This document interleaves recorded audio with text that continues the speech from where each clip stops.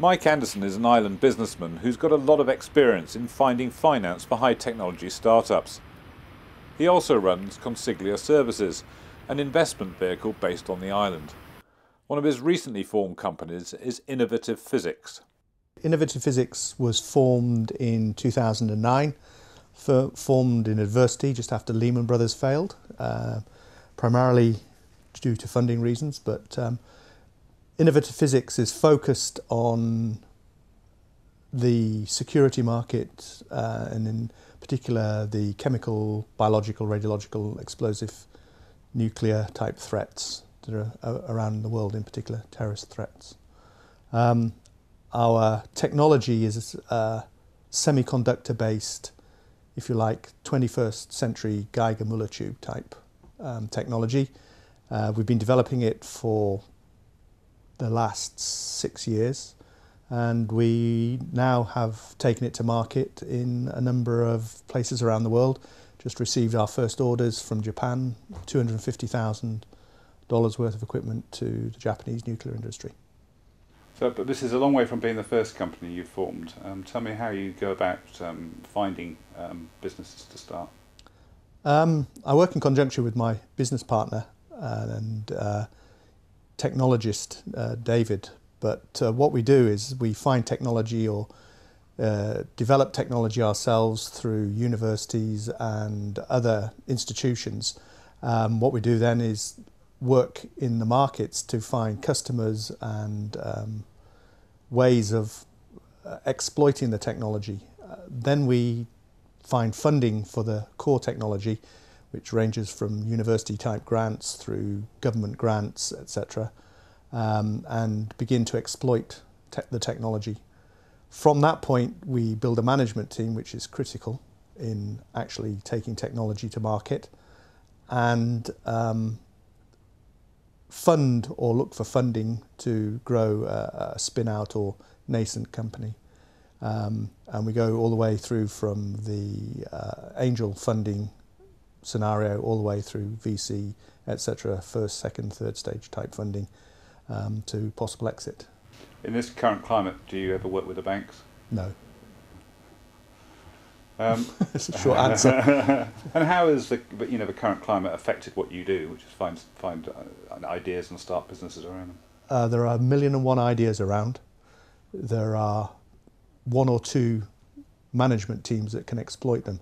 And the key thing here is not the technology, it's the management team and the ability of that management team to persuade investors, whether they be angels, government grant authorities, VCs or whatever. The management team has to have the knowledge of how to go from technology to market to customer and be able to articulate that succinctly in front of a source of funding. So how do you put those management teams together? Sometimes by trial and error, sometimes we know the people, sometimes they've been involved in the technology. There is no easy answer to that question. I'm interested that you find the IP and then put the management teams around it.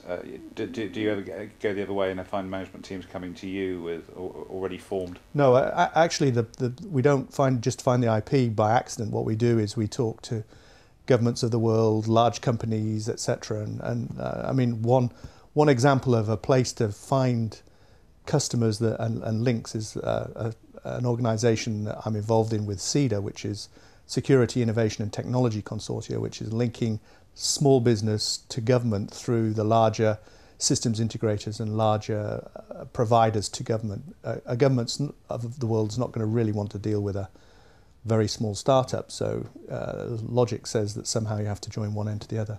And my colleagues and I at CITSEA are trying to push that forward, supported by CEDA.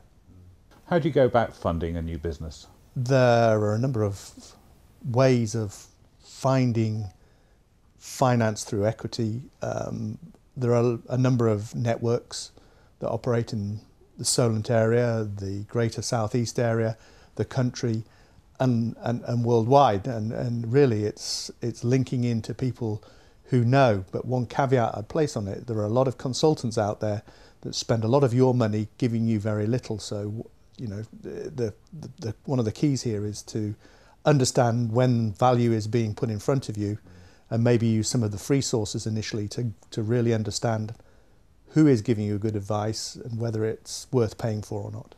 Do you work with both angels and VCs? The whole spectrum. Whole spectrum. Angels through small boutique houses, VCs, through to governments. I mean, the American government through a variety of their organisations have money available, as does the EU. There's a lot of money around at the moment, but it's chasing good management teams, not good ideas. What are investors today looking for? I mean, you've been looking for long-term profits, or is it still a quick in and out and take your money and run? It depends who you talk to. Some the investors I'm working with, the pragmatic view from the people that I generally deal with is that you're not going to get a business off the ground in anything under 10 years. VCs are looking for a turn on their money. VCs aren't investing at the moment, they're sitting on piles of money. It's getting a little easier, but right now they're not investing particularly. Angels are investing, but they're wanting good deals, and by good deals means a larger slice of the equity for a smaller amount of money. What would your advice be for businessmen who've got a business proposition that needs equity financing? Should they start with business angels, or depends on how much money they want? Right. Is that the differentiator? Yeah. Okay. What sort of level do VCs start at? VCs depends on the VC, but you know, a VC is not likely to go into a really early stage, high risk startup. They're looking for revenue streams. They're looking for a management team. They're looking for an organisation that's reasonably well established, where they can see both ends of the spectrum, i.e. the start and the finish, whereas angels will take a risk.